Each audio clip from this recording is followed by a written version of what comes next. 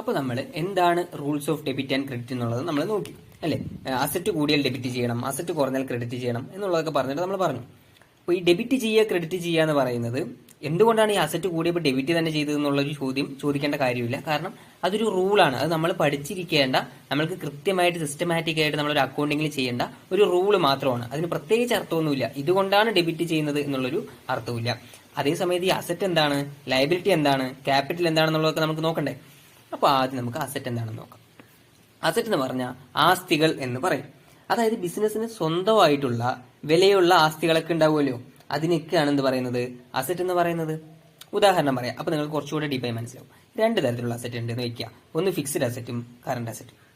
Fixed asset എന്ന് വെച്ച് കഴിഞ്ഞാൽ നമ്മുടെ ലോങ്ങർ പീരീഡിൽ ബിസിനസ്സിന് ആവശ്യമായിട്ട് വരുന്ന അസറ്റ് ഉണ്ടാവുമല്ലോ. For example land and building, plant and machinery, furniture, vehicles, ഇതൊക്കെയാണ് ഫിക്സ്ഡ് അസറ്റ് എന്ന് പറയുന്നത്.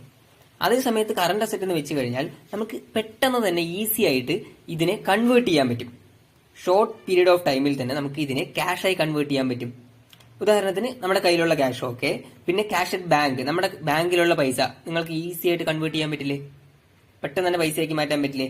ഡെപ്റ്റേഴ്സ്, പ്രീപെയ്ഡ് എക്സ്പെൻസ്, ഓക്കെ, ഇതൊക്കെ എന്താണെന്ന് നമുക്ക് വരും ക്ലാസ്സുകളിൽ പഠിക്കാം. ഇതാണ് അസറ്റ് എന്ന് പറയുന്നതും അസറ്റിന്റെ ഉദാഹരണങ്ങളും ഇതൊക്കെയാണ്.